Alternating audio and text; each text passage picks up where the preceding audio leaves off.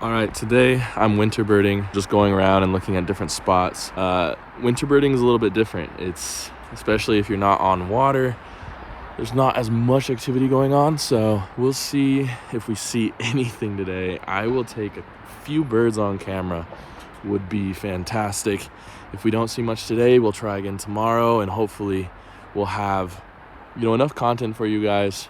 I can see why a few other YouTubers kind of take a back seat in January and they save up on footage from warmer areas and stuff. It's kind of smart, to be honest. We'll see what we can find. So far, as expected, not a lot of action. I've got some mallard on camera.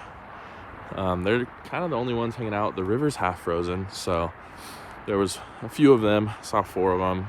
Those aren't very exciting. And then a song sparrow. Additionally, I've heard belted kingfisher. I've heard black-capped chickadee, but haven't been able to get those on camera.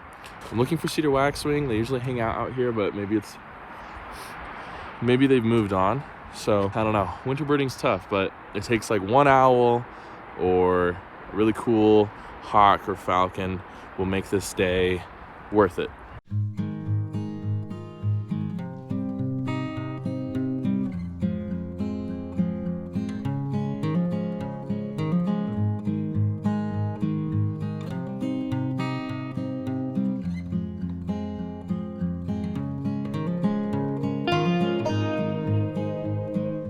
All right, I have something that I think is an American kestrel, but the lighting is so bad with the clouds in the backdrop that I can't tell.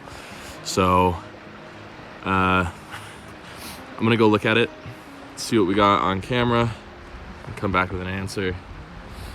And I'll probably interject into this video and let you know, oh, by the way, it's this bird. So, okay, so I just saw a confirmed American kestrel, and it's so much smaller than that bird that we saw up in the tree earlier. So now I don't think that, and it's doing the head bobbing thing as well, as you can see in the video. So I don't think that the bird that we saw was an American kestrel.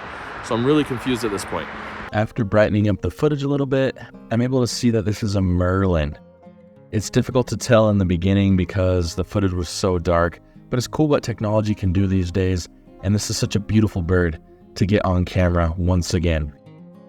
Yesterday, I spent about 3 hours at First Dam. It's a pond dam near where I live. It was a little bit frustrating because I was pursuing what was reported as a cackling goose, and I've been trying to find it for days now, and they never look right to me. I'm not gonna call it. While I was there though, I saw a lot of really cool birds. Bald eagle flew in. That's always great to see, and just some beautiful other birds out in the water. So so just an update, not being able to find any birds at the moment. Obviously that's a little bit frustrating, but the birds aren't out there for obviously our entertainment. Can't really be upset. It's just how things work out. We'll see if we can find anything on the way out. If not, we'll try again tomorrow and we'll see where we're at. Also, as you can see, I got this new tripod to hold up and stabilize footage while I'm talking to you.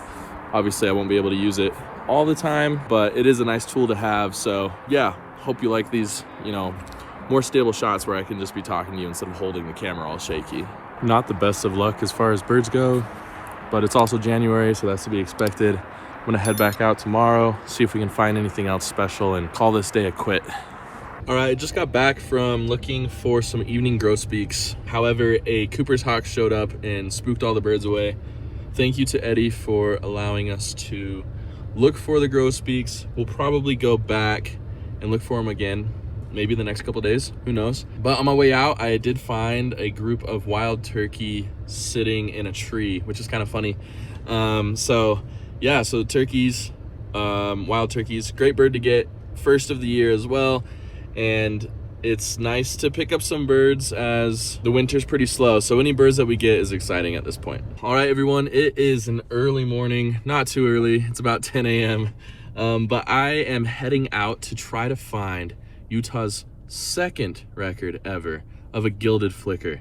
It was reported a week ago. It's been hanging out in this cemetery in Salt Lake City. Trying to go find this gilded flicker. Hopefully we can get it. We headed down to Salt Lake City Cemetery where the gilded flicker had been reported.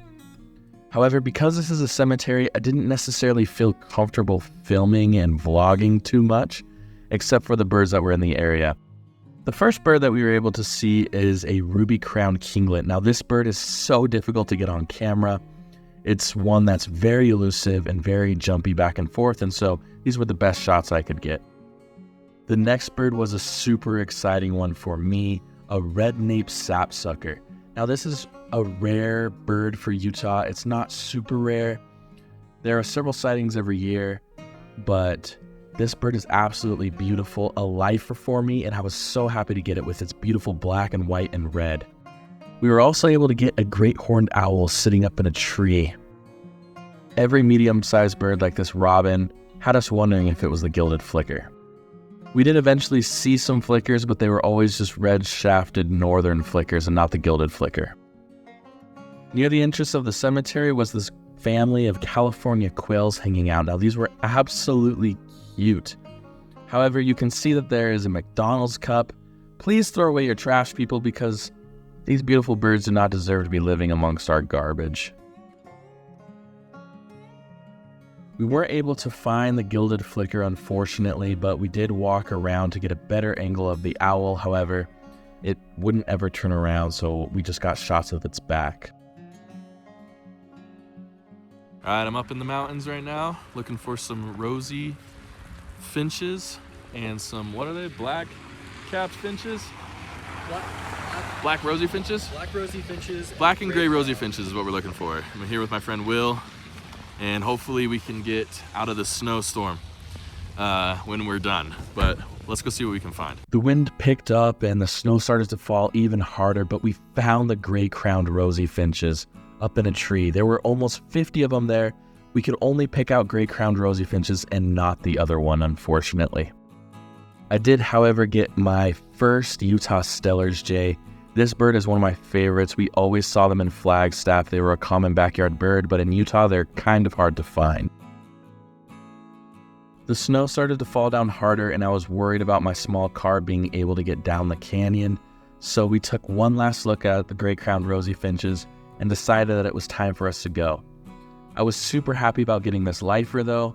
It's a hard bird to find because it's in high elevations during the winter, so ski resorts are a great place to find this bird.